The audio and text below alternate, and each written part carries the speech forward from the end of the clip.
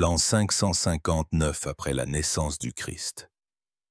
Un vent glacial de Mars venu du nord, des steppes sauvages, charriait une odeur de brûlé et une peur à glacer le sang.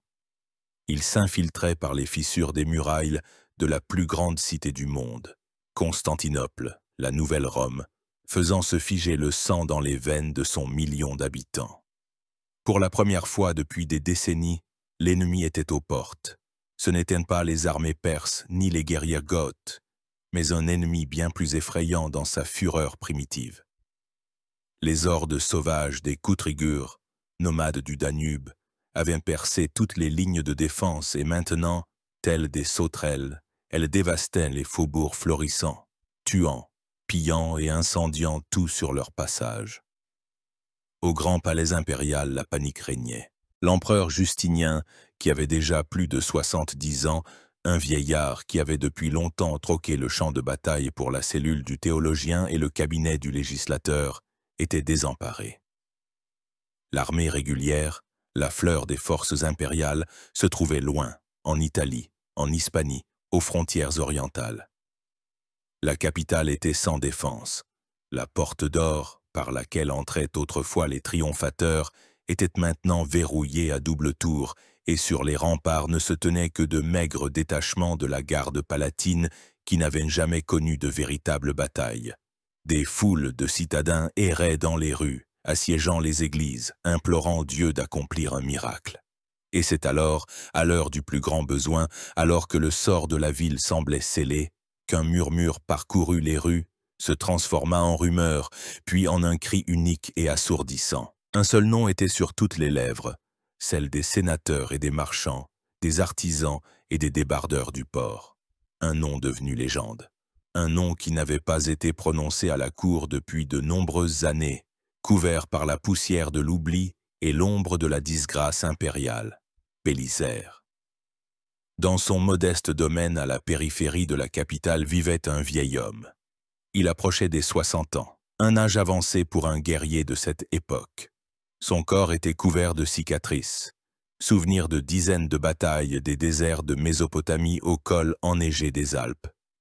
Sa fortune avait été confisquée depuis longtemps, ses meilleurs guerriers dispersés. Il avait été écarté des affaires, humilié par de fausses accusations de complot, condamné à un déclin inactif. Mais ce jour-là, alors que les feux des barbares flambaient en vue des murs de Constantinople, l'empereur et le peuple se souvinrent de lui, de leur plus grand général, du dernier des Romains. Personne ne savait encore que c'est précisément en ces jours que serait écrit le dernier et le plus incroyable chapitre de la vie d'un homme dont le destin était inextricablement lié à celui de l'Empire byzantin lui-même. Un homme qui avait rendu à Rome l'Afrique et l'Italie, qui avait vaincu des armées 10 fois supérieures à la sienne et qui avait prouvé à maintes reprises que le génie d'un seul homme pouvait changer le cours de l'histoire. Mais son histoire n'est pas seulement celle des triomphes. C'est la tragédie du génie au service de la tyrannie, l'histoire d'une loyauté sans faille récompensée par une ingratitude noire. C'est le récit de la gloire et de la calomnie, de l'amour et de la trahison, de la grandeur d'âme et de la bassesse des intrigues. Pour comprendre qui était cet homme, nous devons entreprendre un long voyage. Nous retournerons au début du VIe siècle, dans un monde qui se tenait sur les ruines de l'ancien empire romain et qui ne se percevait pas encore comme le nouveau monde byzantin. Un monde où un empereur ambitieux rêvait de remonter le temps et de restaurer l'ancienne gloire de Rome. Et pour réaliser ce rêve, il lui fallait une épée. C'est cette épée qu'il était destiné à devenir. Flavius Bélisaire. Avant que notre héros n'apparaisse sur le devant de la scène de l'histoire, nous devons jeter un regard autour de nous et comprendre dans quel monde il lui faudrait naître. Car le monde du début du VIe siècle était un monde à la croisée des chemins, un monde où les anciens ordres étaient morts et où les nouveaux ne faisaient que se frayer un chemin à travers le chaos et le sang. Le grand empire romain d'Occident, celui-là même qui avait dominé la moitié du monde connu pendant des siècles, avait cessé d'exister une génération auparavant. En 476, le chef barbare Odoacré avait déposé le dernier empereur romain d'Occident, le jeune Romulus Augustule, et avait renvoyé les insignes impériaux, le diadème et le manteau de pourpre, à Constantinople. Ce geste symbolique marquait la fin de toute une époque, mais Rome n'était pas tombée en un jour. Ce fut un long et douloureux processus de déclin. Pendant des siècles, ses frontières avaient été rongées par les raids barbares, son économie sapée par des impôts exorbitants et le travail servile, sa société déchirée par les guerres civiles et les conflits sociaux. Et voilà que, sur ces anciens territoires, un nouveau monde barbare avait émergé. La Gaule, territoire de la France actuelle, était partagée entre les Francs et les Burgondes. L'Hispanie appartenait aux Wisigoths. L'Afrique du Nord, autrefois le grenier de Rome, était sous la domination des Vandales, de cruels fanatiques ariens qui avaient créé une puissante flotte de pirates et terrorisaient toute la Méditerranée. Et l'Italie elle-même, le cœur de l'ancien empire, était devenue le foyer du royaume des Ostrogoths, qui, sous le règne de leur grand roi Théodoric, tentèrent de créer une curieuse symbiose de civilisation romaine et de puissance militaire germanique. Pour les habitants de l'Empire romain d'Orient, que nous appelons aujourd'hui Byzance, tout cela était une catastrophe nationale. Ils ne se considéraient pas comme des Byzantins. Ce terme sera inventé par les historiens bien des siècles plus tard. Ils s'appelaient eux-mêmes Romais, ce qui signifie Romain, et leur État, l'Empire romain. Pour eux, l'Empire n'était pas tombé. Sa moitié occidentale était simplement temporairement occupée par des usurpateurs barbares. Constantinople, la nouvelle Rome, fondée par l'empereur Constantin le Grand, était désormais le seul centre légitime du pouvoir romain, le gardien des traditions romaines, du droit romain et de la culture grecque. Cet empire d'Orient était plus riche, plus peuplé et plus urbanisé que l'Occident. Il contrôlait les principales routes commerciales menant à l'Orient, à la Perse, à l'Inde et à la Chine. Sa capitale, Constantinople, était une merveille du monde, une ville d'un demi-million d'habitants avec de majestueux palais, des aqueducs, un hippodrome et bien sûr la basilique Sainte-Sophie. Mais sa situation n'était pas non plus sans nuages. Au nord, depuis le Danube, ces provinces balkaniques subissaient constamment les raids de tribus slaves, uniques et germaniques. Et à l'est, il avait un ennemi puissant et éternel. L'empire perse sassanide. Les guerres avec la Perse se déroulaient avec des succès variables depuis des siècles. C'était un affrontement de deux civilisations, de deux superpuissances du monde d'alors, et cette lutte épuisait les forces des deux empires. La vie intérieure de l'Empire était également pleine de bouleversements. La société était divisée par de profondes controverses religieuses. La principale portait sur la nature du Christ. La doctrine officielle chalcédonienne affirmait que deux natures, divines et humaines, étaient unies dans le Christ. Mais dans les provinces orientales, en Égypte et en Syrie, le monophysisme était largement répandu, enseignant qu'il n'y avait qu'une seule nature divine dans le Christ. Ce débat théologique, en apparence abstrait, avait une immense portée politique. Il devint l'étendard du séparatisme, une forme de protestation contre le pouvoir central de Constantinople. Les empereurs tentaient de trouver un compromis, publiaient des édits, convoquaient des conciles, mais le schisme ne faisait que s'approfondir. C'est dans ce monde complexe, bouillonnant, plein de dangers et d'opportunités, que naquit, vers l'an 500, dans un village inconnu nommé Germania, situé en Thrace ou en Illyrie, sur le territoire des Balkans actuels, un garçon à qui l'on donna le nom Thrace de Bélisaire. Sa famille appartenait probablement à la noblesse locale, ayant peut-être des racines romaines ou grecques, mais déjà fortement romanisées. Il grandit dans une zone frontalière, une région constamment soumise aux raids des barbares. Dès son enfance, il ne vit pas le luxe de la capitale, mais la vie rude de la frontière.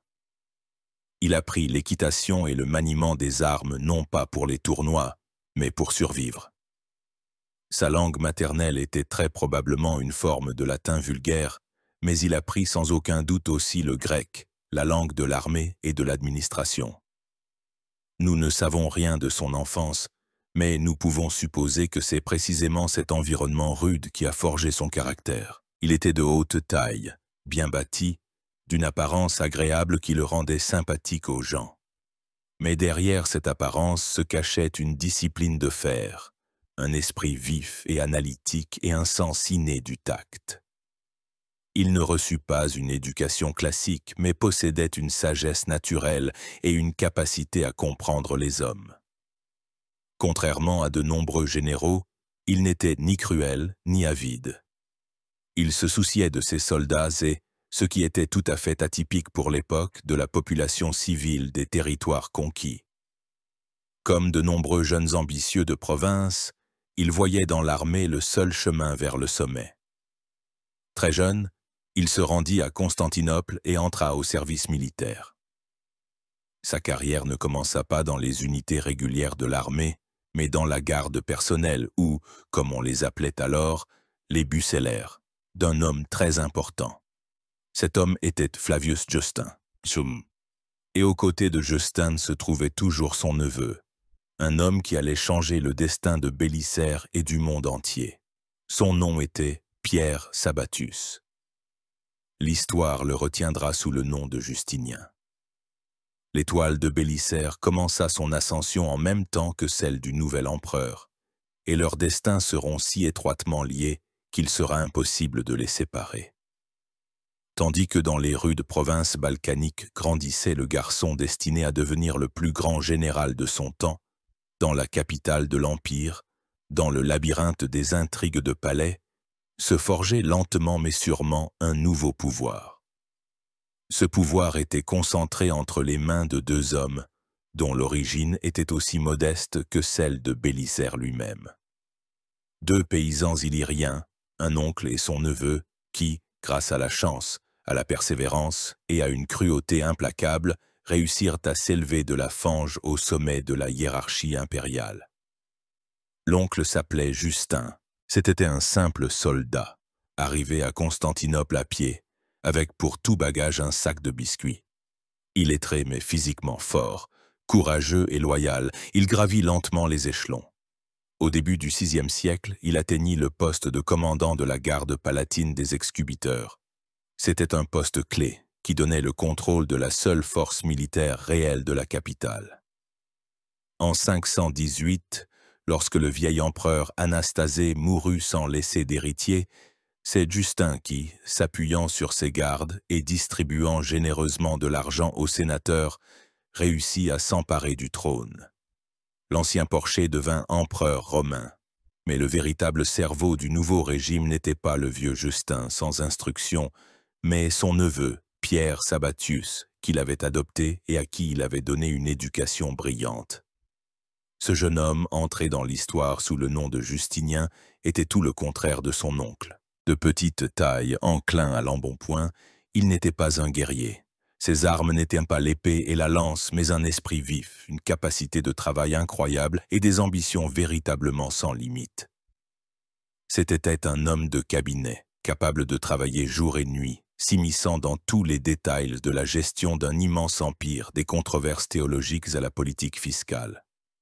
Il dormait 3 ou 4 heures par nuit, ce qui lui valut le surnom d'empereur qui ne dort jamais. Justinien était un homme d'idées, on pourrait même dire un obsédé.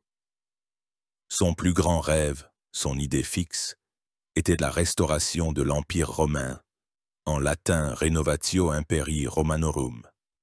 Il ne pouvait accepter la perte des provinces occidentales.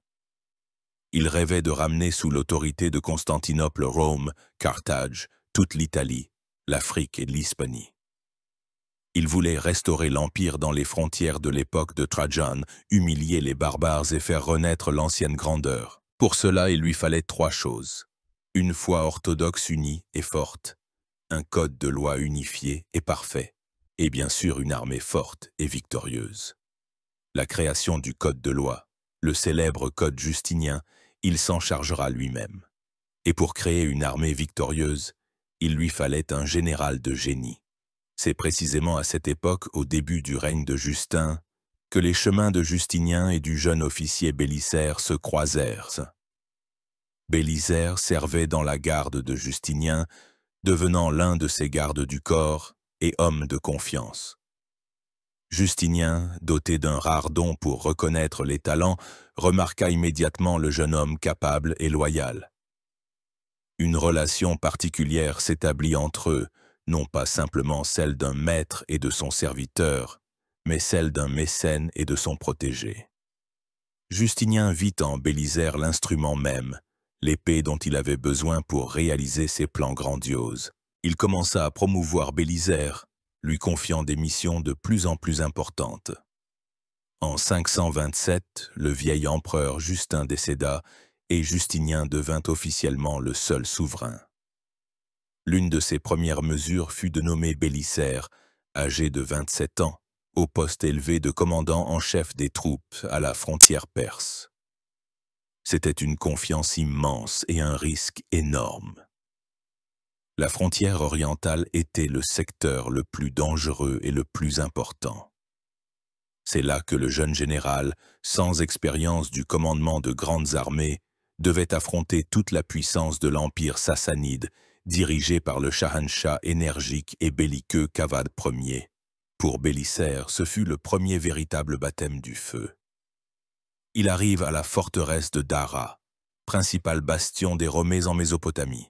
Là, il devait non seulement repousser les raids constants des Perses, mais aussi diriger la construction de nouvelles fortifications, ce qui était une violation directe des traités précédents et provoquait constamment l'ennemi. Les premières années de son commandement se passèrent en escarmouches, en reconnaissance, en organisation de la défense. Il apprit à combattre les Perses, étudia leurs tactiques, leurs forces et leurs faiblesses. Il comprit que leur principale force était la cavalerie lourde cuirassée, les cataphractaires et les archers à cheval. Il comprit également que la discipline dans l'armée roméenne laissait à désirer et commença à rétablir l'ordre d'une main de fer, punissant la lâcheté et récompensant la bravoure. C'est là, à la frontière perse, que Bélisaire commença à former son propre détachement de bucellaires, une garde personnelle qui deviendra le noyau de toutes ses futures armées. C'étaient des guerriers d'élite, parfaitement armés et entraînés, personnellement dévoués à leur commandant. Ils étaient à la fois une cavalerie de choc lourde, armée de lances et d'épées, et des archers à cheval, capables de combattre à distance. Cette flexibilité tactique deviendra la marque de fabrique de l'armée de Bélisaire. En 529, les Perses lancèrent une grande offensive, tentant de s'emparer de Dara. Bélisaire réussit à repousser leurs attaques. Mais la guerre s'intensifia. Kavad Ier, furieux, décida de porter un coup décisif. À l'été 530, il envoya en Mésopotamie une immense armée, comptant jusqu'à 40 000 guerriers, sous le commandement des meilleurs généraux perses. Elle comprenait un corps d'élite d'immortels. L'objectif des Perses était de rayer Dara de la carte et d'humilier le jeune général roméen. Bélisaire n'avait sous la main qu'environ 25 000 soldats. Tout le monde comprenait qu'une bataille décisive approchait. Une bataille qui devait montrer si le choix de Justinien avait été le bon. Une bataille qui pouvait soit porter Bélisaire au sommet de la gloire, soit l'enterrer sous les murs de la forteresse frontalière. Le monde retenait son souffle.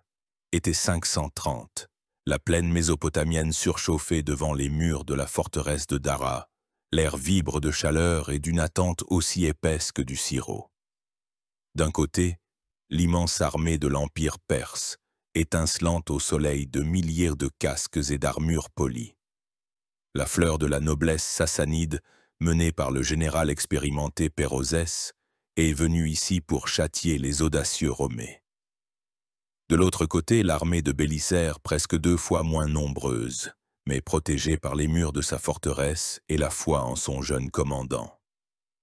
Pérozès était certain de la victoire. Il envoya à Bélisaire un message arrogant, dans lequel il demandait qu'on lui prépare un bain, car le lendemain, il comptait dîner à Dara. La réponse de Bélisaire fut calme et pleine de dignité. Il dit qu'ils espéraient, avec l'aide de Dieu, défendre leurs frontières. Mais derrière ce calme apparent se cachait un travail mental fébrile. Bélisaire comprenait parfaitement qu'en rase campagne, dans un affrontement frontal classique, son armée serait balayée par les forces supérieures de la cavalerie lourde perse. Il lui fallait quelque chose d'inhabituel. Il devait forcer l'ennemi à jouer selon ses règles. Et il trouva une solution qui entrera à jamais dans les annales de l'histoire militaire.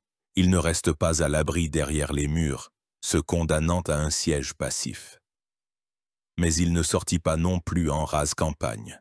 Au lieu de cela, il ordonna à ses soldats de creuser un système complexe de tranchées devant les positions de l'armée. Ce n'était pas un simple fossé, c'était un piège tactique de génie. La tranchée principale courait parallèlement au front, protégeant son centre, composé d'infanterie. Mais sur les bords, elle se courbait vers l'avant, formant deux ailes, et entre la tranchée centrale et ses ailes, de larges passages avaient été laissés. Dans les ailes elles-mêmes, ainsi qu'en arrière, Bélisaire cacha ses meilleures troupes, des détachements de cavalerie lourde et des mercenaires d'élite, armés d'arcs. Le plan était simple et génial. Bélisaire avait prévu que les Perses, voyant devant eux la faible infanterie roméenne, lanceraient leur force principale, la cavalerie lourde, à l'assaut des flancs, en essayant de contourner la tranchée centrale. Mais, en s'engouffrant dans les passages, ils se retrouveraient dans un sac, sous le feu croisé des archers des tranchées latérales, et seraient attaqués de flanc et par l'arrière par la cavalerie roméenne cachée derrière les abris.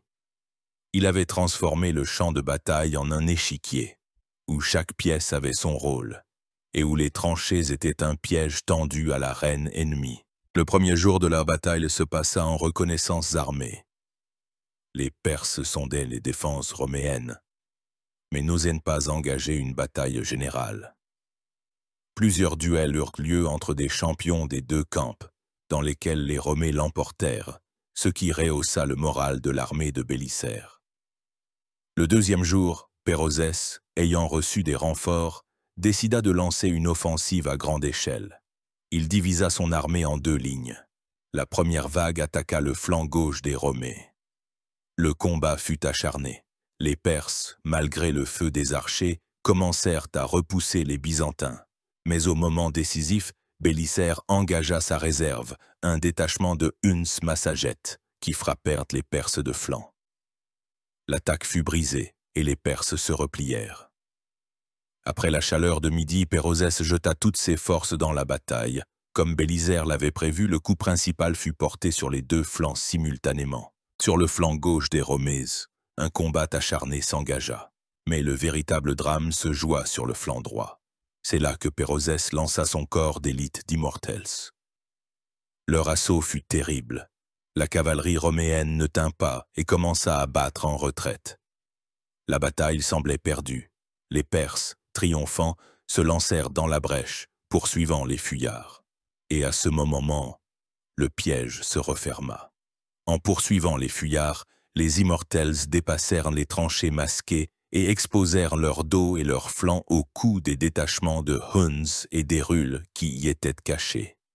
Simultanément, la cavalerie roméenne en retraite, obéissant à un signal de Bélisaire, fit demi-tour et contre-attaqua. Le corps d'élite perse se retrouva encerclé. Ce qui avait été une percée triomphale se transforma en une boucherie sanglante.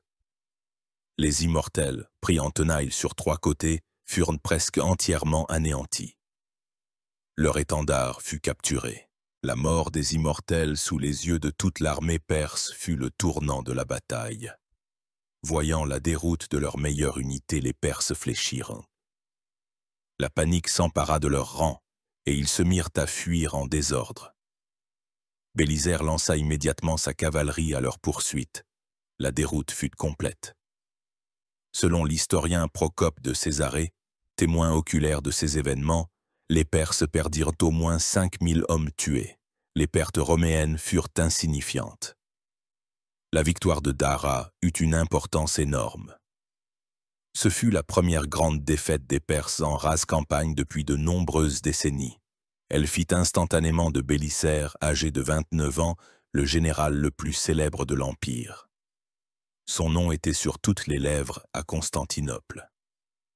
Il avait prouvé que les Perses pouvaient et devaient être battus, et que ce n'est pas par le nombre, mais par l'habileté que l'on gagne les batailles.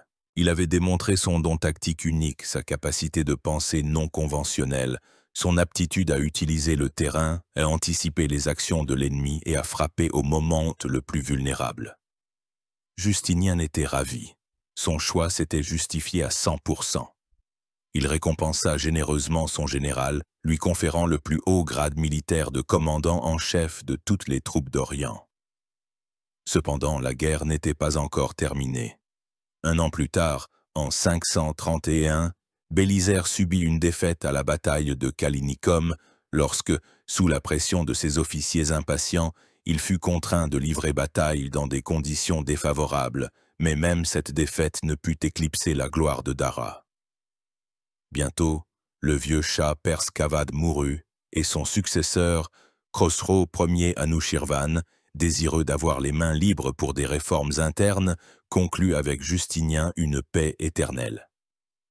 La frontière orientale était sécurisée. Bélisaire retourna triomphalement à Constantinople. Il était un héros, le sauveur de l'Orient. Mais il ne savait pas encore que la plus terrible épreuve l'attendait non pas sur le champ de bataille, mais dans les rues de la capitale elle-même. Et que son prochain ennemi ne serait pas l'armée perse, mais la foule enragée de ses propres concitoyens. Il semblait qu'un répit pacifique s'ouvrait pour Justinien et son fidèle général. La paix éternelle avec la Perse laissait à l'empereur les mains libres pour ses plans grandioses en Occident. Mais avant que l'épée de Bélisaire ne pût se tourner contre les royaumes barbares, il dut la rougir du sang des habitants de Constantinople même. En janvier 532, la capitale de l'Empire fut secouée par une révolte qui entra dans l'histoire sous son cri de guerre, Nika, ce qui signifie « vain », et qui faillit coûter à Justinien son trône et sa vie. Pour comprendre les causes de cette explosion de violence monstrueuse, il faut se plonger dans l'atmosphère du Constantinople de l'époque. La vie de la ville tournait autour de l'hippodrome, une structure gigantesque pouvant accueillir jusqu'à 100 000 spectateurs. Mais l'hippodrome n'était pas un simple lieu de course de chars. C'était un club politique, un forum, le seul endroit où le peuple pouvait communiquer directement avec l'empereur et exprimer son mécontentement. Toute la population de la ville était divisée en deux factions principales, ou d'em, de supporters, les Vénètes, ou bleus, et les Prasines, ou vertes. Ce n'était pas une simple rivalité sportive. Derrière les couleurs des équipes se cachaient de profondes contradictions sociales et religieuses.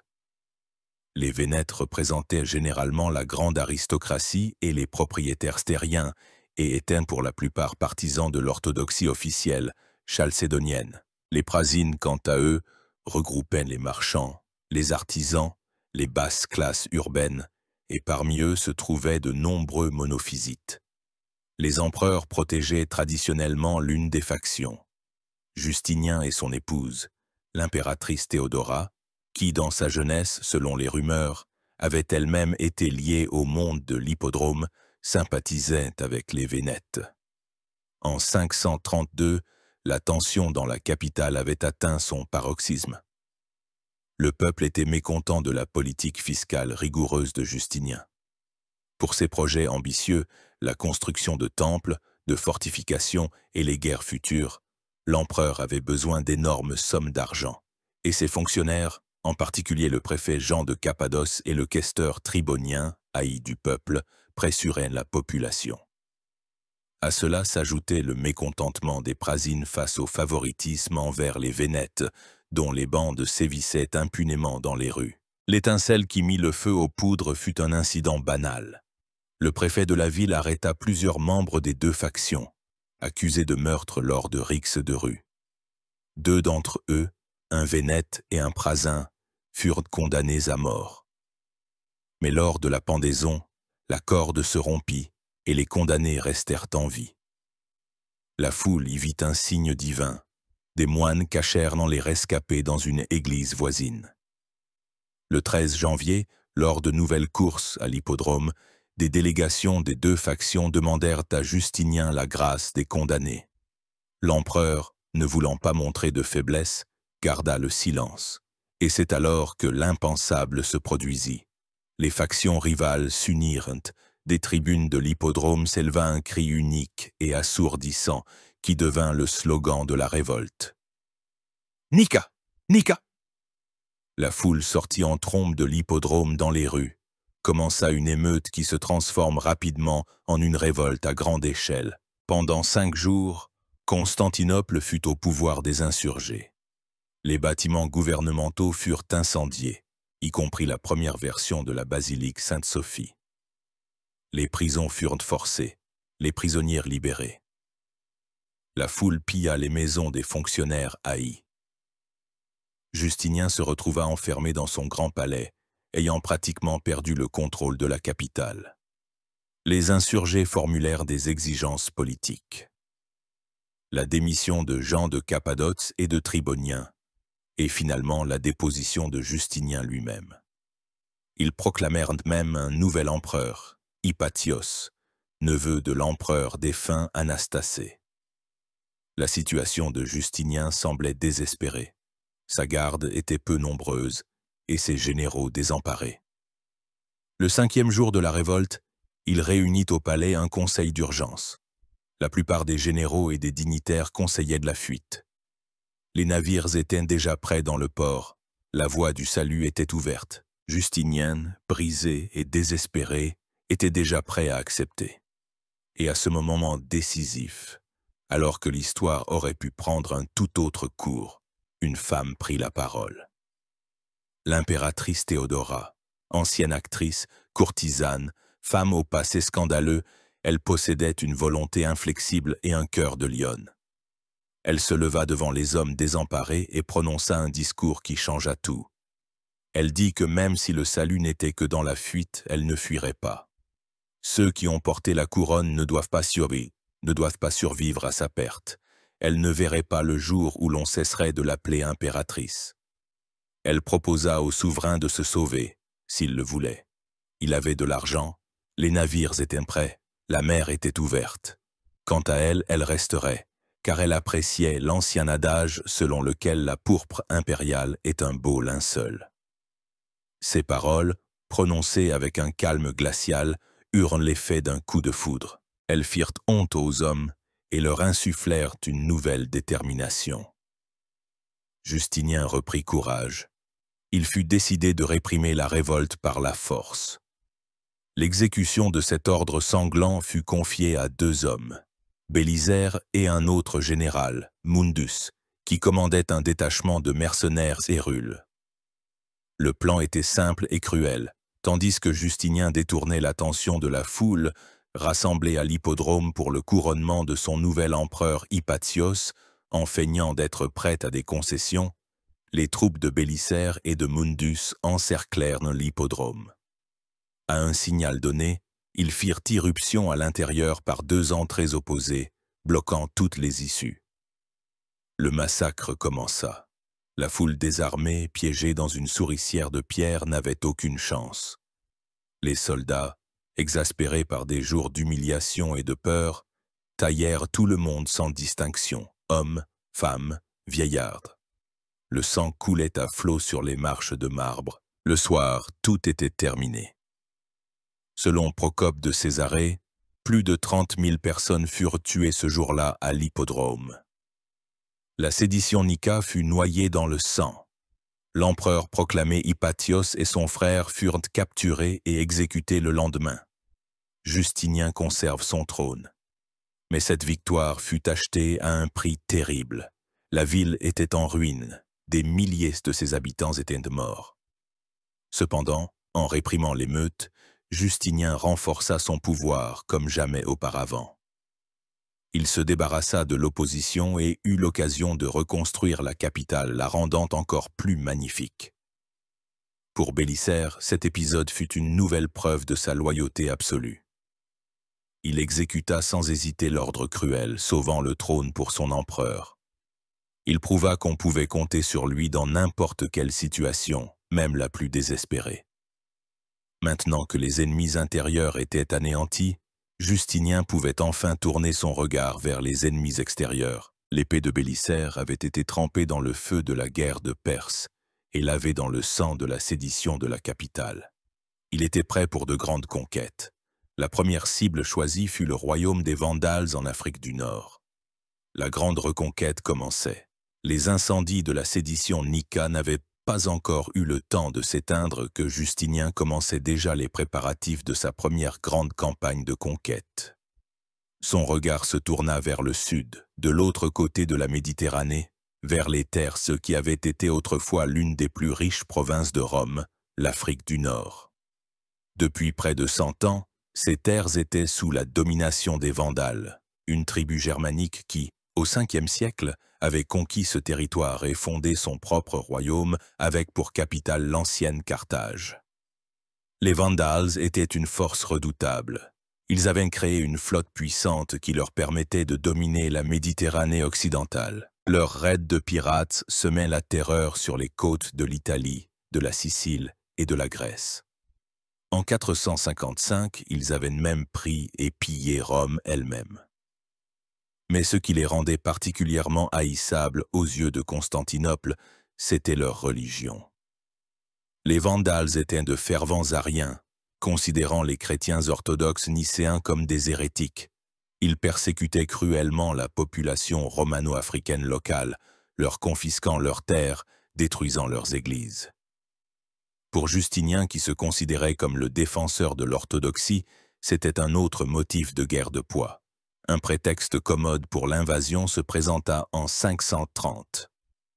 Le roi vandale modéré Hildéric, qui entretenait des relations amicales avec Constantinople, fut renversé par son cousin Gélimer, qui reprit les persécutions contre les orthodoxes. Justinien envoya immédiatement des ambassadeurs pour exiger la restauration d'Hildéric sur le trône. Gélimer refusa avec arrogance. La guerre devint inévitable. Cependant, le plan de Justinien rencontra une vive opposition à la cour. Tous se souvenaient de la catastrophe de 468, lorsqu'une immense flotte envoyée contre les Vandales avait été complètement détruite. Les ministres et les généraux soulignaient le risque énorme et les dépenses colossales. Une opération amphibie à travers toute la Méditerranée contre un ennemi possédant une flotte puissante semblait une aventure suicidaire. Mais Justinien, soutenu par un évêque influent qui déclara avoir eu une vision promettant l'aide divine, fit preuve d'une volonté inflexible. Le commandement de l'expédition fut confié, bien sûr, à Bélisaire. On lui alloua des forces étonnamment modestes. Une armée d'environ 15 000 hommes, composée de 10 000 fantassins et de 5 000 cavaliers.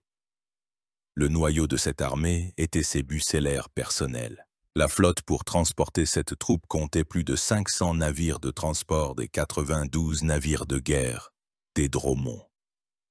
À l'été 533, l'armada quitta Constantinople. Justinien lui-même et toute la ville accompagnèrent la flotte, priant pour le succès de cette entreprise risquée. Bélisaire, se souvenant des catastrophes passées, instaura une discipline de fer sur la flotte. Il élabora un système complexe de signaux pour que les navires ne se perdent pas en mer. Le voyage fut long et difficile, mais le destin favorisa les Romains. Au moment le plus crucial, Gélimer commit 2 erreurs fatales. Premièrement, il envoya sa flotte et ses meilleures troupes en Sardaigne pour y réprimer une révolte. Deuxièmement, il ne posta aucune sentinelle sur la côte africaine, certain que les Byzantins n'oseraient jamais attaquer. En conséquence, au début de septembre 533, Bélisaire débarqua son armée sans encombre sur la côte africaine, loin de Carthage. Il édicta immédiatement un ordre très strict interdisant de piller et de molester la population locale. Il venait non pas en conquérant, mais en libérateur. Et cette sage décision porta ses fruits. Les Romano-Africains accueillirent son armée avec joie, la ravitaillant en nourriture et en informations. Gélimer, apprenant le débarquement, entra en fureur. Il rassembla à la hâte les troupes qui lui restaient et élabora un plan pour attirer Bélicère dans un piège. Il décida d'attaquer l'armée roméenne en marche vers Carthage à un endroit appelé Ad Decimum, c'est-à-dire au 10e mille. Le plan était astucieux. Un détachement devait attaquer les Byzantins de front, un autre de flanc et un troisième, commandé par Gélimère lui-même, par l'arrière. Le 13 septembre 533 eut lieu la bataille d'Ad Decimum. Et là encore, le génie tactique de Bélicère ainsi qu'une chance aveugle se manifestèrent. Sa reconnaissance fonctionnait à merveille. Il apprit à temps l'approche de l'ennemi et eut le temps de se préparer. La bataille se transforma en une série d'escarmouches dispersées. L'avant-garde de Bélicère écrasa le détachement frontal des Vandales. Ces mercenaires anéantirent le détachement de flanc. Mais les forces principales de Gélimère, frappant à l'arrière, enfoncèrent l'arrière-garde roméenne. Le tournant semblait s'être produit, mais c'est alors que Gélimère, voyant parmi les morts le corps de son frère bien-aimé, sombra dans le désespoir. Au lieu de poursuivre son avantage, il arrêta l'offensive et se livra au deuil, s'occupant des funérailles. Ce retard sauva Bélicère. Il eut le temps de rassembler ses forces dispersées, de se regrouper et de lancer une contre-attaque dévastatrice contre les Vandales désorganisés. L'armée de Gélimère fut complètement écrasée et mise en déroute. La voie vers Carthage était ouverte. 2 jours plus tard, le 15 septembre, Bélisère entra solennellement, sans combat, dans la capitale du royaume vandale. Il interdit à ses soldats le pillage et la violence, ce qui lui valut définitivement la sympathie des habitants. Il s'assit sur le trône de Gélimère dans son palais et organisa un festin pour ses officiers, servis par des nobles vandales prisonniers. Mais la guerre n'était pas encore terminée. Gélimère s'enfuit vers l'ouest, où les troupes revenues de Sardaigne le rejoignirent. Rassemblant une nouvelle armée, il marcha sur Carthage. Bélisère sortit à sa rencontre. La bataille décisive eut lieu en décembre 533 près de Tricamarum. Et une fois de plus, Bélicère, malgré la supériorité numérique de l'ennemi, remporta une victoire éclatante. L'armée vandale cessa d'exister. Gélimère lui-même s'enfuit dans les montagnes, où il se cacha pendant plusieurs mois, mais fut finalement contraint de se rendre. La guerre des Vandales, qui devait durer des années, s'acheva en 6 mois. Ce fut un triomphe qui dépassa toutes les espérances les plus folles. Bélisère avait non seulement conquis une province immense et riche, mais il s'était également emparé des trésors incalculables des rois vandales. Parmi eux se trouvaient les reliques sacrées du temple de Jérusalem, la Ménorah et d'autres trésors qui avaient été saisis par les Romains en l'an 70, puis emportés de Rome par les Vandales en 455 et qui, enfin, retournaient entre des mains chrétiennes. Au printemps 534, Bélicère retourna à Constantinople. On lui réserva un honneur qu'aucun général n'avait reçu depuis l'époque de la République romaine. On lui accorda un triomphe en bonne et due forme. Enchaîné devant son char, marchait le roi captif Gélimère. Derrière lui, on portait les trésors saisis. Toute la ville jubilait, acclamant son héros. Justinien avait atteint le premier objectif de sa reconquête. L'Afrique était redevenue romaine. Mais une tâche bien plus complexe et sanglante l'attendait. Devant lui, il y avait l'Italie. Le retour triomphal de Bélicère d'Afrique produisit un effet stupéfiant. Tout l'Empire était en proie à l'euphorie. Il semblait que l'âge d'or était revenu et qu'aucune force ne pouvait résister aux armées de Justinien. Enhardi par ce succès, l'empereur commença immédiatement les préparatifs pour l'étape suivante, encore plus ambitieuse. Le retour de l'Italie et de Rome elle-même, la capitale éternelle, le berceau de l'Empire. Le royaume des Ostrogoths en Italie était le plus puissant de tous les États barbares. Fondé par le grand Théodoric, il représentait une symbiose unique d'aristocratie militaire goth et de système administratif romain. Les Goths étaient les maîtres, mais la vie quotidienne, les lois, la culture restaient romaines. Cependant, après la mort de Théodoric en 526, des querelles intestines éclatèrent dans le royaume.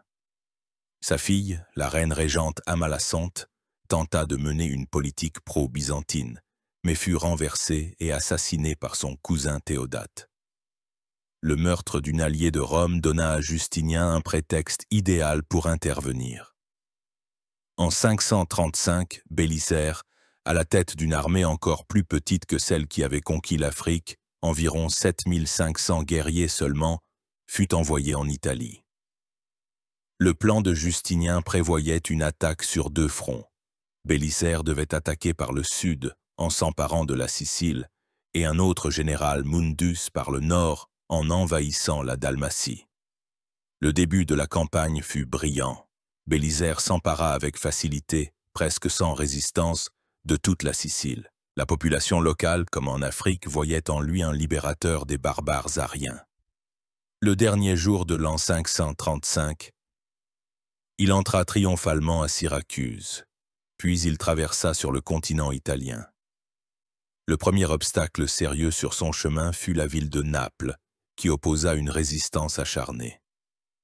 Après un siège long et difficile, Bélisaire réussit à prendre la ville par la ruse, en faisant passer ses guerriers à l'intérieur par un aqueduc abandonné. La chute de Naples et la passivité du roi Théodate provoquèrent l'indignation de la noblesse goth. Ils déposèrent et tuèrent Théodate, élisant comme nouveau roi leur meilleur général, Vitigès. C'était un adversaire bien plus sérieux, un guerrier énergique et courageux. Tandis que Vitigès rassemblait au nord de l'Italie une immense armée, Bélisaire, sans perdre de temps, marcha sur Rome. Le 9 décembre 536, par la porte Asinaria laissée sans garde, l'armée de Bélisaire entra dans la ville éternelle. La garnison goth, ne voulant pas se battre, quitta Rome par une autre porte. Pour la première fois en 60 ans, le drapeau de l'Empire flottait à nouveau sur Rome. Pour Justinien, ce fut une victoire idéologique majeure.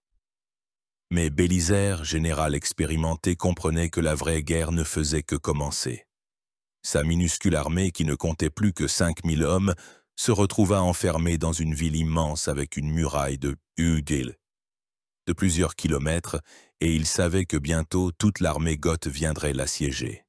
Et il ne se trompa pas. En mars 537, le roi Vitigès amena sous les murs de Rome une armée qui, selon Procope, comptait jusqu'à 150 000 guerriers. Même si ces chiffres sont exagérés, les Goths surpassaient les forces de Bélisaire d'au moins 20 à 30 fois. Commença l'un des sièges les plus épiques et les plus incroyables de l'histoire mondiale. Il dura 1 an et 9 jours. Ce fut le combat d'un lion enfermé dans une cage contre une meute de loups. Bélisaire fit preuve d'un génie technique et tactique prodigieux. Il renforça les anciens murs d'Aurélien, y installa des machines de jet, des balistes et des onagres. Il mura une partie des portes, et devant les autres, il creusa des pièges à loups. Lorsque les Goths lancèrent leur premier assaut général, il dirigea personnellement la défense. Il apparaissait sur les secteurs les plus dangereux, inspirant ses guerriers. À un moment, alors que les Goths tentaient d'incendier une porte, il ordonna à ses bucellaires de faire une sortie audacieuse et d'attaquer l'ennemi de flanc, le mettant en déroute. Le siège se transforma en une guerre d'usure. Bélisaire harcelait constamment les Goths par des sorties de cavalerie soudaines. Il comprit que l'armée goth, composée principalement d'infanterie et de cavalerie lourde, était peu maniable. Ses détachements légers et mobiles d'archers à cheval pouvaient porter des coups et se replier rapidement, épuisant l'ennemi. Il transforme la défense en une offensive active. Mais le principal ennemi devenait la faim. Les Goths coupèrent les Trident.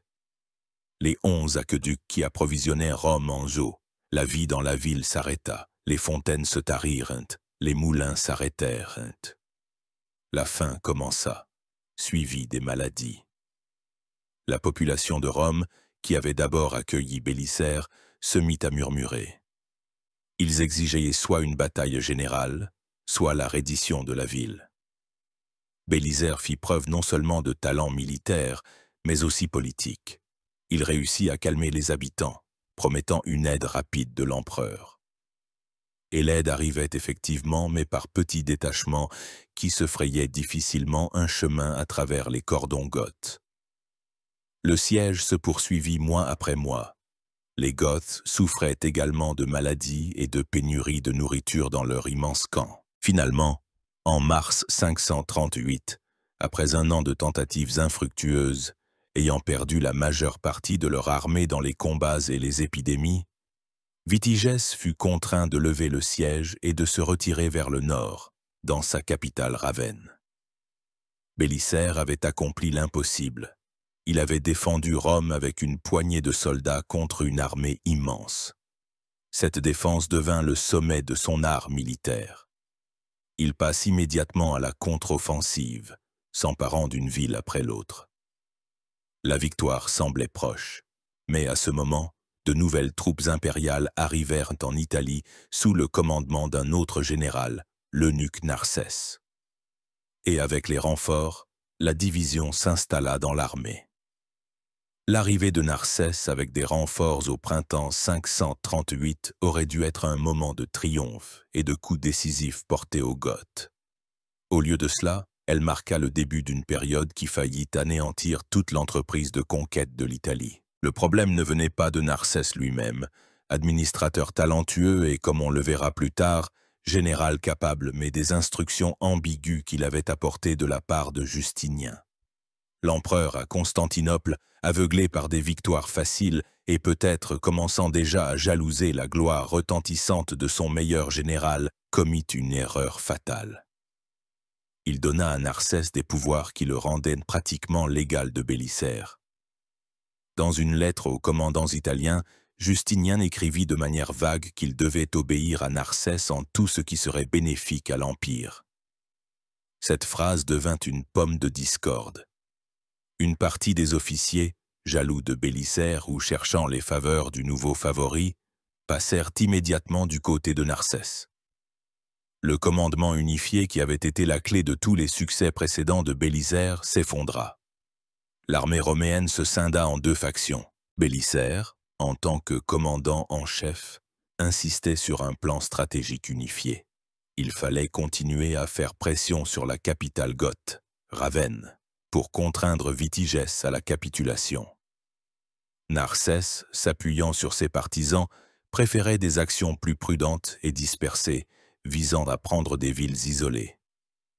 Les conséquences de ce double commandement furent catastrophiques. L'exemple le plus frappant fut la tragédie de Médiolanum, l'actuel Milan. La deuxième plus grande ville d'Italie s'était volontairement ralliée à l'Empire, mais fut assiégée par d'importantes forces de Goths et de leurs alliés francs. Bélisaire envoya immédiatement un détachement pour secourir la garnison, mais son commandant refusa d'agir sans un ordre direct de Narsès. Tandis que les généraux se querellaient et discutaient, un temps précieux fut perdu.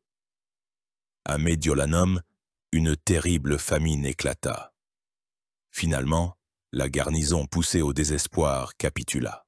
Les Goths et les Francs se livrèrent à un massacre monstrueux dans la ville, tuant, selon certaines sources, toute la population masculine et vendant les femmes en esclavage. La nouvelle de cette tragédie, conséquence directe de la division du commandement, secoua même Justinien.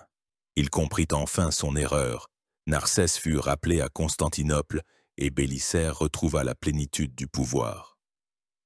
Mais le temps perdu et les pertes subies ne pouvaient être rattrapés. Malgré toutes les difficultés, Bélisaire continua de resserrer méthodiquement l'étau autour de Ravenne. Cette capitale goth était pratiquement imprenable. Située au milieu de marais et de lagunes, elle était protégée moins par ses murs que par l'eau. Le siège aurait pu durer des années. Mais Bélisaire trouva une autre voie. Il établit un blocus maritime efficace coupant la ville de tout approvisionnement en nourriture. Pendant ce temps, de nouveaux nuages s'amoncelaient sur les frontières orientales de l'Empire. Le Shah perse Khosrow, voyant que les meilleures troupes romaines étaient embourbées en Italie, décida que la paix éternelle ne l'intéressait plus et commença à se préparer à une nouvelle guerre. Justinien avait un besoin urgent de terminer la campagne d'Italie et de ramener Bélisaire en Orient. Il entama des négociations avec les Goths. L'empereur proposa à Vitigès des conditions étonnamment généreuses. Les Goths conserveraient les terres au nord du Pô et la moitié du trésor royal. Mais c'est alors que se produisit quelque chose d'inattendu. Les aristocrates goths, admiratifs du génie militaire et de la noblesse de Bélisaire, avaient perdu toute confiance en leur roi Vitigès. Ils envoyèrent secrètement des ambassadeurs à Bélisaire avec une proposition incroyable. Ils étaient prêts à lui livrer Ravenne et à le reconnaître comme leur souverain, l'empereur d'Occident. Pour Bélisaire, ce fut le moment de vérité, la plus grande tentation de sa vie. Devant lui se trouvait la couronne de l'Empire romain d'Occident. Il pouvait l'accepter et devenir le fondateur d'une nouvelle dynastie, indépendant des caprices et de la jalousie de Justinien. Un homme qui n'avait pas simplement conquis l'Italie pour un autre, mais l'avait ressuscité pour lui-même. Beaucoup à sa place n'auraient pas hésité une seconde. Mais Bélisaire était d'une autre trempe. Sa fidélité à Justinien, son empereur et protecteur, était absolue, presque irrationnelle. Cependant, il était aussi un tacticien de génie non seulement sur le champ de bataille, mais aussi en diplomatie. Il comprit qu'il pouvait utiliser cette proposition pour atteindre son but. Il fit semblant d'accepter l'offre des Goths. Il leur jura qu'il ne leur ferait aucun mal. Les Goths, ravis, ouvrirent les portes de Ravenne. En mai 540, Bélisaire entra sans combat dans l'imprenable capitale goth, et dès que la ville fut entre ses mains, il déclara qu'il avait agi au nom de l'empereur Justinien et n'avait jamais songé à la trahison. Il fit prisonnier le roi Vitigès, sa femme, toute la noblesse goth et le trésor royal. Il tint son serment, aucun Goth ne fut blessé, mais il les avait trompés, abusant de leur confiance. Les Goths furent stupéfaits et se sentirent trahis. Cet acte, bien qu'il ait apporté une victoire rapide, aura de lourdes conséquences à long terme, semant les graines de la méfiance envers le pouvoir impérial. La campagne d'Italie semblait victorieusement terminée. Bélisaire retournait pour la deuxième fois à Constantinople avec un roi prisonnier et d'incalculables trésors. Mais cette fois, aucun triomphe ne l'attendait. Les rumeurs de la couronne qui lui avait été offerte étaient parvenues à la capitale avant lui. Et dans l'esprit méfiant de Justinien, elles tombèrent sur un terrain fertile. Au lieu d'honneur, Bélisaire reçut un accueil froid, la jalousie et une nouvelle et très dangereuse affectation. On l'envoyait faire la guerre aux Perses, mais cette fois, l'empereur ne lui donnera ni armée suffisante ni argent. L'épreuve de l'ingratitude ne faisait que commencer. Le retour de Bélisaire d'Italie en 540 différait radicalement de son triomphe africain. Cette fois, il n'y eut ni procession triomphale, ni liesse populaire. Justinien accueillit son plus grand général froidement et avec réserve. La jalousie et la méfiance, tel un lierre vénéneux, s'étaient déjà enroulés autour du cœur de l'empereur. Il ne pouvait pardonner à Bélisaire la popularité dont il jouissait auprès de l'armée et du peuple, et surtout le fait qu'on lui ait offert, à lui, simple général, la couronne impériale. Justinien ne lui faisait plus confiance. Il voyait en lui non plus un fidèle serviteur, mais un rival potentiel. Cependant, la menace extérieure était trop sérieuse pour qu'on puisse se permettre le luxe de maintenir un tel général en disgrâce. La même année 540, le Shahanshah perse Khosrow Ier Anushirvan, rompant la paix éternelle, envahit la Syrie. Ce n'était pas un simple conflit frontalier, c'était une invasion à grande échelle menée par l'un des plus grands monarques de l'histoire de la Perse. Khosrow n'était pas seulement un général talentueux, mais aussi un réformateur sage, un mécène des sciences et des arts, un homme d'une intelligence et d'une énergie immense. La guerre des deux titans, Justinien et Khosrow, commençait, et Bélisaire se retrouva entre eux. L'invasion perse fut rapide et dévastatrice. Khosrow s'empara et pilla plusieurs villes roméennes, puis s'approcha de la capitale de l'Orient romain, la Grande Antioche. La ville fut prise d'assaut et soumise à une destruction totale. Ce fut une catastrophe comparable au sac de Rome par les Vandales. L'Empire était sous le choc. C'est à ce moment critique que Justinien fut contraint de se tourner à nouveau vers Bélisère. Il fut de nouveau nommé commandant en chef des troupes d'Orient et envoyé pour sauver la situation. Mais cette fois, les conditions étaient différentes. On ne lui donna ni grande armée, ni argent. Justinien, semble-t-il, limitait intentionnellement ses ressources, craignant de lui donner trop de pouvoir. Bélisère dut rassembler une armée de briques et de brocs, à partir des garnisons de forteresses dispersées et de détachements de mercenaires. En 541, Bélisère commença sa campagne contre Khosrow. N'ayant pas les forces nécessaires pour une bataille générale, il appliqua sa tactique favorite de guerre asymétrique. Tandis que Khosrow assiégeait une autre forteresse en Mésopotamie, Bélisère, effectuant une audacieuse manœuvre de contournement, envahit la Perse elle-même, menaçant ses provinces centrales. Khosrow fut contraint de lever le siège et de rentrer en hâte pour défendre son propre territoire. Bélisère n'engagea pas le combat avec lui, mais se retira en bon ordre. Il ne remporta pas de victoire éclatante, mais il atteignit son objectif principal. Il avait fait échouer l'offensive perse et chassé l'ennemi des terres impériales en payant un tribut de sang minimal.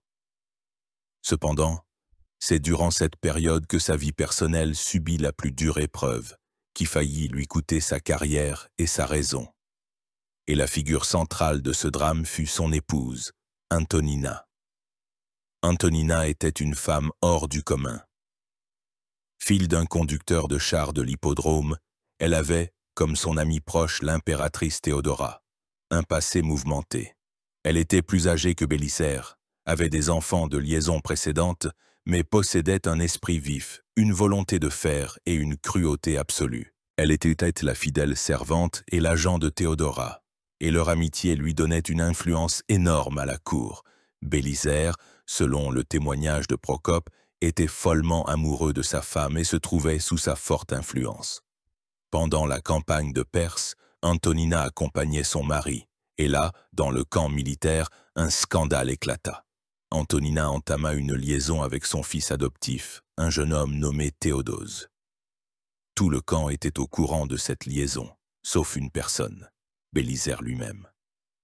Lorsqu'on lui ouvrit enfin les yeux, sa réaction fut terrible. Il entra en fureur, ordonna d'arrêter et de torturer Théodose, mais Antonina, sans se démonter, demanda immédiatement l'aide de sa toute-puissante protectrice. Théodora intervint. Sur son ordre, les personnes qui avaient dénoncé sa femme à Bélisère furent arrêtées, torturées et exécutées. Théodose lui-même fut caché au palais, et toute la colère de l'impératrice s'abattit sur Bélisère. En 542, une autre catastrophe, bien plus terrible, s'abattit sur l'Empire, la peste de Justinien. Ce fut la première pandémie de peste bubonique de l'histoire qui dévasta tout le monde méditerranéen. À Constantinople, des milliers de personnes mouraient chaque jour. Justinien lui-même tomba malade. Alors que l'empereur semblait à l'article de la mort, dans le camp militaire en Orient, les généraux, y compris Bélisère, commencèrent à discuter de la question de la succession. Ils convinrent qu'ils ne permettraient pas qu'un nouvel empereur soit élu à Constantinople sans la participation de l'armée. Justinien survécut, mais Théodora, qui avait gouverné pendant sa maladie, n'oublia pas ces conversations. Elle y vit un complot. Bélisère et les autres généraux furent immédiatement rappelés dans la capitale. Il fut accusé de trahison. Antonina, désireuse de se faire bien voir de Théodora et de se venger de son mari pour l'humiliation subie, fut la principale accusatrice. Bélisère fut démis de tous ses postes, sa garde personnelle de Bucellaire fut dissoute et son immense fortune confisquée.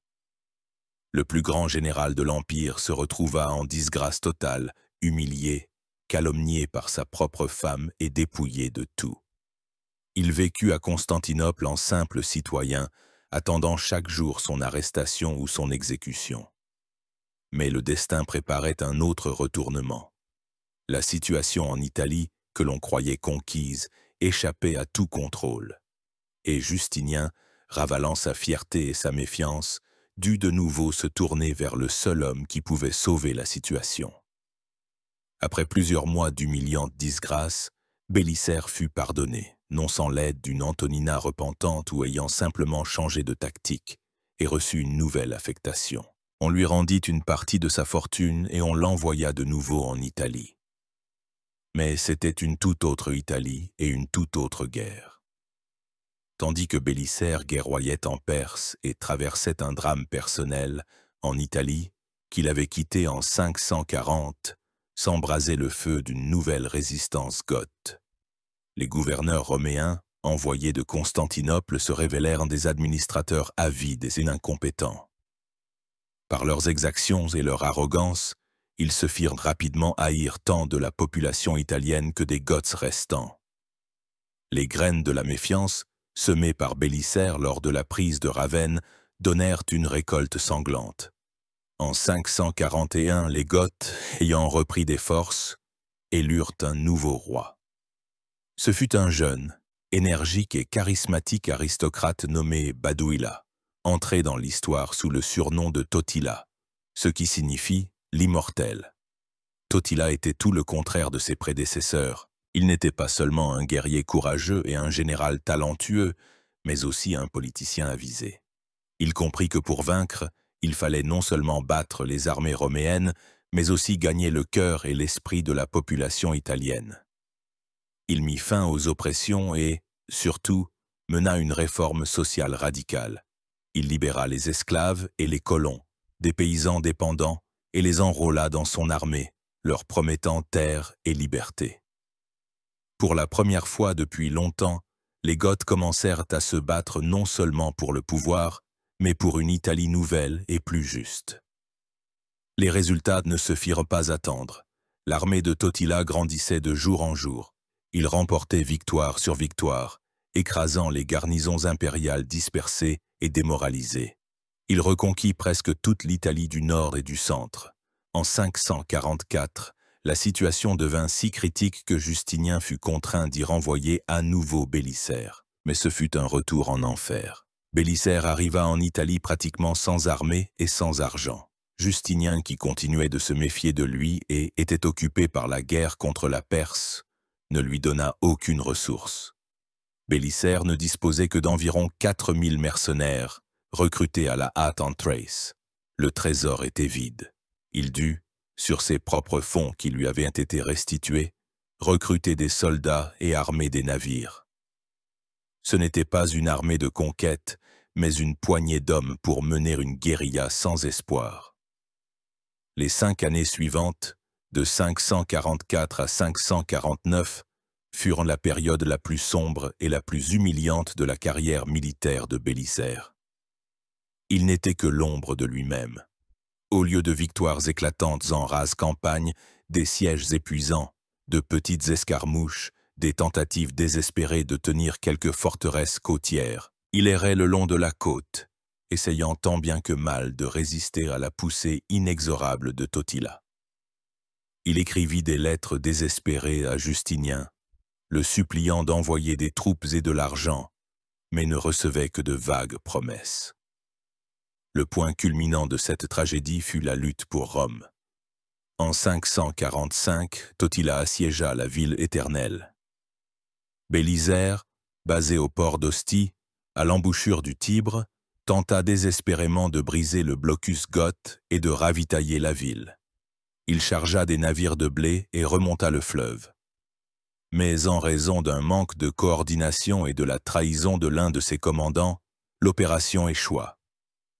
Rome était condamnée.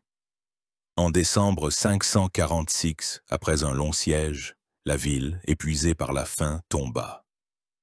Les soldats isoriens de la garnison, qui n'avaient pas été payés depuis longtemps, ouvrirent les portes à Totila. Totila, furieux de la résistance acharnée, voulut d'abord détruire complètement Rome, la transformant en pâturage. Mais, par une ironie du sort, ce fut Bélisère, son principal ennemi, qui l'en dissuada. Dans sa célèbre lettre à Totila, Bélisère en appela à son sens de l'histoire, disant que la destruction de Rome couvrirait son nom d'une honte éternelle, tandis que sa préservation lui vaudrait une gloire éternelle. Et Totila l'écouta. Il renonça à la destruction, mais expulsa de la ville tous les habitants, la laissant pendant plusieurs semaines absolument vide et déserte. Mais la lutte n'était pas terminée. Au printemps 547, dès que Totila eut retiré ses forces principales, Bélisère accomplit l'un des actes les plus audacieux de sa vie. D'un coup de main soudain, il reprit la Rome dépeuplée et à moitié en ruine. Il n'eut pas le temps de réparer tous les murs, et il boucha à la hâte les brèches avec tout ce qui lui tombait sous la main. Totila, apprenant cela, revint furieux et lança son armée à l'assaut. Mais Bélisère, de nouveau dans son élément, la défense d'une ville, repoussa toutes les attaques. Ce fut sa dernière grande victoire en Italie. Mais elle ne changeait rien sur le plan stratégique. Il était toujours assis dans une ville en ruine, entouré d'un pays hostile, sans troupes et sans espoir de renfort. Il comprenait la futilité de ses efforts. En 548, définitivement brisé et déçu, il demanda à Justinien d'être relevé de son commandement. L'empereur accéda à sa demande. En 549, Bélisère quitta l'Italie pour toujours. Il partait en vaincu. Le pays qu'il avait autrefois conquis si brillamment était presque entièrement perdu. La deuxième campagne d'Italie avait été un échec complet. Mais la faute n'en était pas à lui, mais à celui qui siégeait sur le trône à Constantinople. À l'empereur dont la jalousie et l'avarice avaient anéanti toutes les victoires passées et condamné l'Italie à de nombreuses années de chaos sanglant.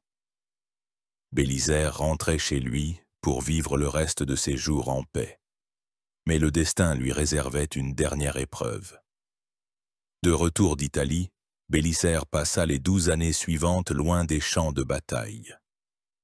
Il vécut à Constantinople en simple citoyen, entouré d'honneur mais écarté de tout pouvoir. Justinien ne lui confia plus de commandement militaire, préférant utiliser d'autres généraux, moins illustres et, lui semblait-il, plus dociles, en premier lieu l'eunuque Narsès. C'est précisément Narsès qui, recevant enfin les immenses ressources qui avaient été refusées à Bélisère, réussit, dans une série de batailles sanglantes, à écraser les Goths, à tuer Totila et à conquérir définitivement l'Italie. Mais cette victoire fut achetée au prix de la ruine complète du pays, qui ne se remit jamais de près de 20 ans de guerre gothique. Bélisère, quant à lui, vieillissait. Il voyait son époque s'éteindre. Sa puissante amie et protectrice, l'impératrice Théodora, était morte. Justinien lui-même, son empereur, qu'il avait servi toute sa vie avec une loyauté si inébranlable et, semblait-il aveugle, mourut également.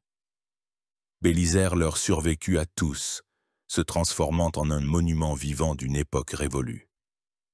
Mais l'histoire lui réservait un dernier chapitre.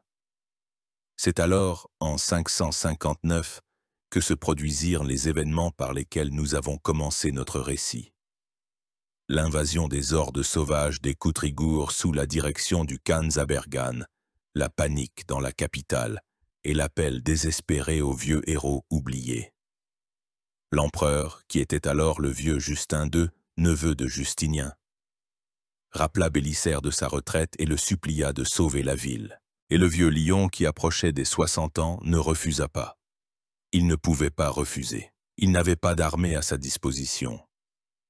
Il rassembla autour de lui quelques centaines de ses vétérans bucellaires, des vieillards comme lui, et arma également environ 300 jeunes citadins de la milice. Avec cette poignée d'hommes dérisoires, il marcha contre l'horde de plusieurs milliers de barbares. Et là, dans son dernier combat, il démontra une fois de plus son génie tactique intact au fil des ans. Il comprenait qu'un affrontement ouvert anéantirait immédiatement son détachement. Il eut recours à une ruse de guerre. Il tendit une embuscade dans une gorge étroite et boisée, par laquelle les Coutrigours devaient passer. Il cacha une partie de ses hommes de chaque côté de la gorge.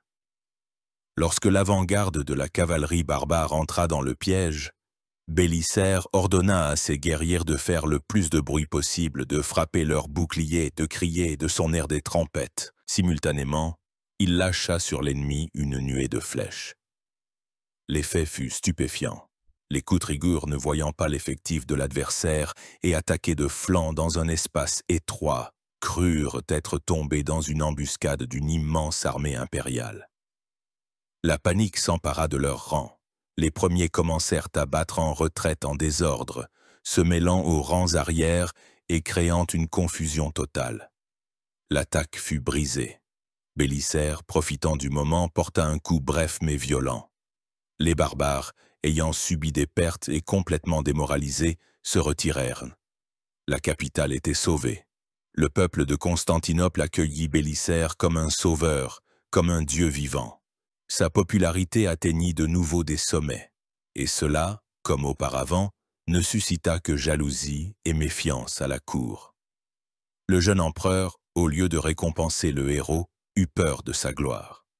Il releva immédiatement Bélisaire de son commandement, dispersa sa milice et s'attribua la victoire. Ce fut la dernière et la plus amère goutte d'ingratitude. Mais ces épreuves n'étaient pas encore terminées. En 562, un véritable complot contre l'empereur fut découvert. Et l'un des conspirateurs, sous la torture, calomnia Bélisaire, le désignant comme son complice.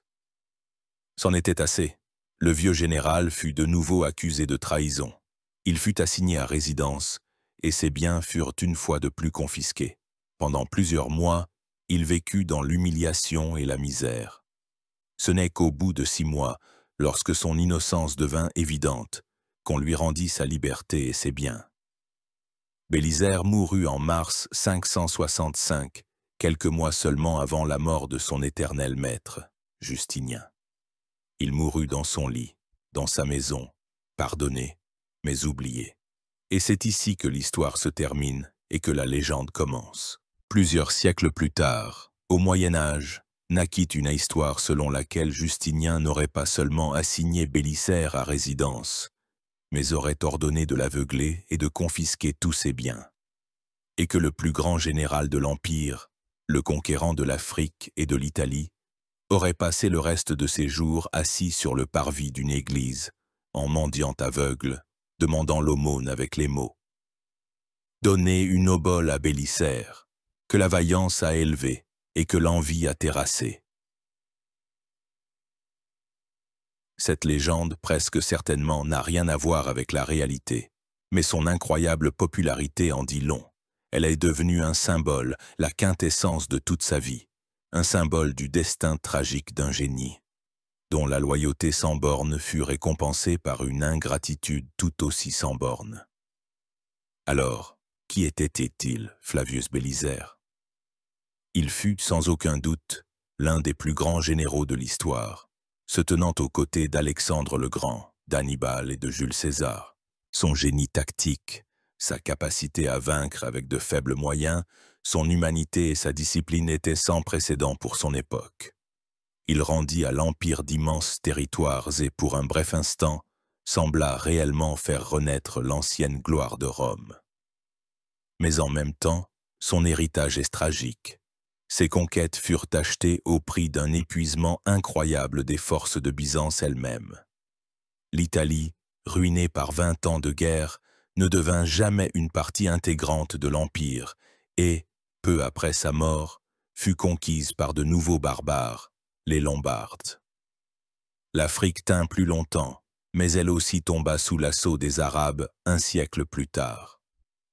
Le grand rêve de Justinien de Restauratio Imperii se révéla une chimère qui sapa les forces de l'Empire et accéléra peut-être son déclin ultérieur. Et au centre de cette épopée grandiose et tragique se dresse la figure de Bélisaire.